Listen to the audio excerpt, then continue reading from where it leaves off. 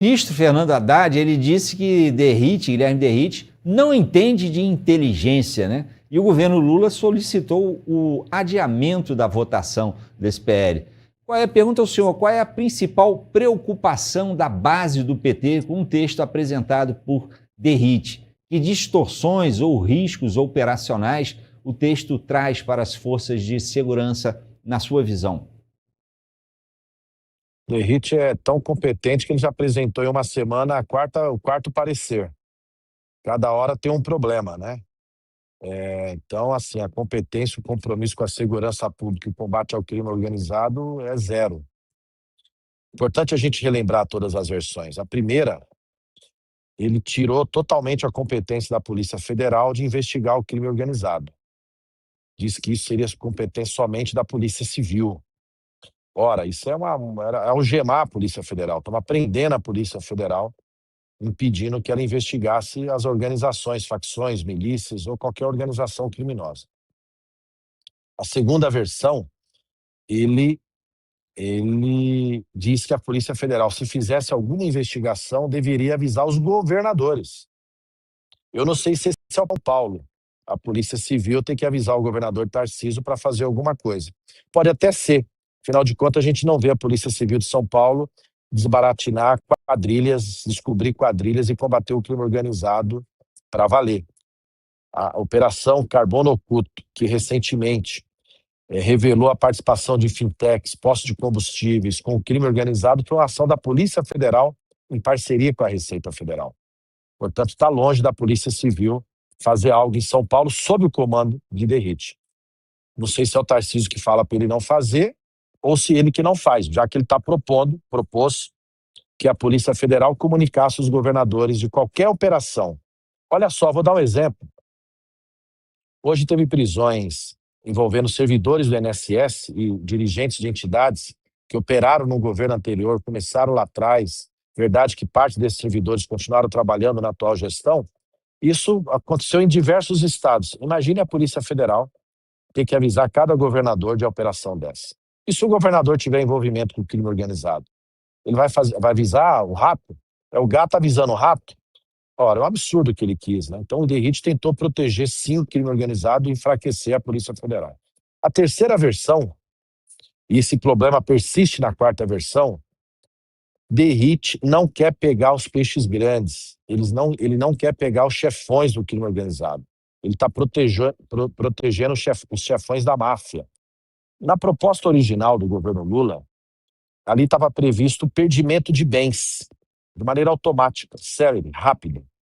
Ou seja, o produto do crime auferido pelas organizações ou os bens móveis e imóveis utilizados pelas organizações criminosas para cometer crimes poderiam ser imediatamente ser apropriados pelo poder público e utilizados. Se for dinheiro, créditos, pode ser utilizado pelo Fundo Nacional de Segurança para investir na Polícia Federal, nos policiais, compra de equipamento, viatura, e se for bens, como carro, iate, helicóptero, que seja, poderiam ser utilizados também em operações. Ou seja, é uma medida eficaz, inteligente, para se combater o crime organizado e quem manda no crime organizado, quem ganha os bilhões do crime organizado, quem ganha dinheiro e vive nas mansões, se relacionando em parte até com o mundo da política. O que Derrite fez?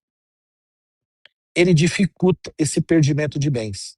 Ele propôs no projeto, na atual versão, a quarta versão, no artigo 11, salvo engano, ele propõe que haja uma ação civil autônoma, ou seja, paralela, um processo à parte, para se discutir se deve ou não o bem ser perdido pelas facções criminosas. Na ação do governo Lula, do projeto original, além da pessoa física criminoso perder os bens que tem em seu nome, permite uma intervenção também imediata nas empresas utilizadas pelo crime organizado, para praticar o crime ou para lavar dinheiro. O que Derrite faz? Não. Isso vai ser discutido no processo à parte, num processo autônomo, e se a decisão, que vai demorar um processo desse, só que enquanto isso a organização poderá continuar se desfazendo dos bens, ou até de documentos, provas, né, através das suas empresas de fachada e laranja. Então ele está protegendo. E quem tem empresa do crime organizado? O moleque que está na ponta traficando ou quem ganha com o tráfico? Ou os barões do tráfico? Ou os chefões do tráfico? Então o Derrite está protegendo os manda-chuvas. Eu não sei se isso tem a ver com a Carbono Oculto. Parece que tem muita gente com medo dela. E desdobramentos dela. Afinal de contas, fintechs foram envolvidas. Fintech tem muita gente ali que tem parceria até no mundo político. Então, por isso que ele fez uma proteção excessiva ao crime organizado, totalmente ilegal, ilegítima. Esperamos que ele mude novamente esse parecer.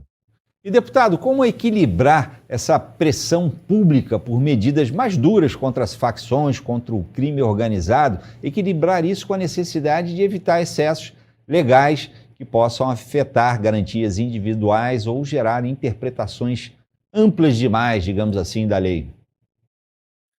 Primeiro que o presidente Lula mandou esse projeto, de autoria do governo, que foi roubada a autoria pela oposição, ao ser indicado o Derrite como relator, um secretário do Tarcísio, né, que com certeza sabe do que ele está fazendo aqui. Você reparou que ontem os governadores da direita, desse tal consórcio da paz, vieram a Brasília. Só não veio o Tarcísio, sabe por quê? Porque o Tarcísio já tem seu representante, que é o Derrite, seu homem forte, secretário de confiança. E ele veio aqui destruir o texto e proteger o crime organizado, enfraquecendo a Polícia Federal. A proposta do governo Lula é endurecer as penas e as medidas contra o crime organizado, contra as facções, contra as milícias, e a do Derrite enfraquece. A do secretário do Tarcísio enfraquece. Lembrando que a PEC da Segurança Pública está aqui na casa desde o primeiro semestre, desde o comecinho do ano. E ela não avança porque os bolsonaristas não deixam, porque a oposição não deixa. 2 projetos importantes do governo Lula na área da segurança, a PEC e esse projeto antifacção, as relatorias não foram dadas ao PT ou alguém da base do governo, e sim a deputados oposicionistas, que estão sabotando os 2 textos. Eles falam algo, mas na prática querem proteger os manda-chuvas, os chefões do crime organizado. Queremos efetividade, firmeza, legislação forte para punir bem o crime organizado, logicamente respeitando os preceitos constitucionais, mas agindo com inteligência para prender aqueles que estão ganhando seus bilhões. Deputado, para encerrar, deixa eu fazer para o senhor uma mesma pergunta que eu fiz há pouco aqui para o deputado Bibo Nunes, que é do PL, né? É o seguinte, nós recebemos aqui, ontem, aqui no Povo News, o jurista Walter Fanganiello Maierovitch, que foi consultor da ONU, especificamente no combate a organizações criminosas transnacionais e máfias italianas.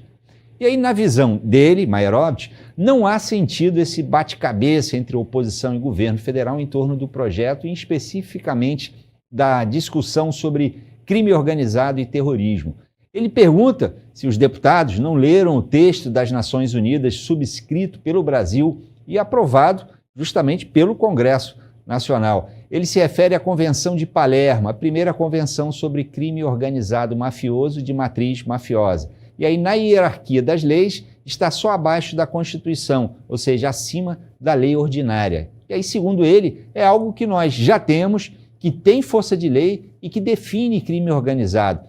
Eu pergunto, deputado, por que não seguir essa Convenção de Palermo? Mas quem não quer seguir é a oposição, que está tentando fazer algo que outros países grandes e importantes do mundo não fazem.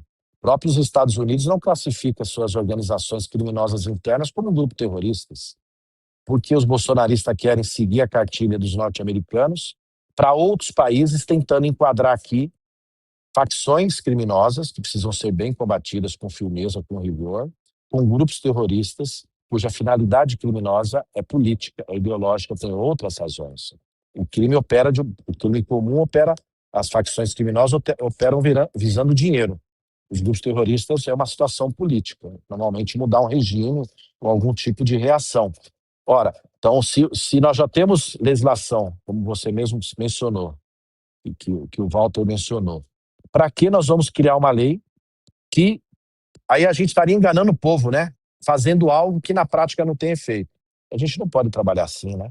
Temos que respeitar, justamente garantir a transparência e a seriedade na confecção também das leis.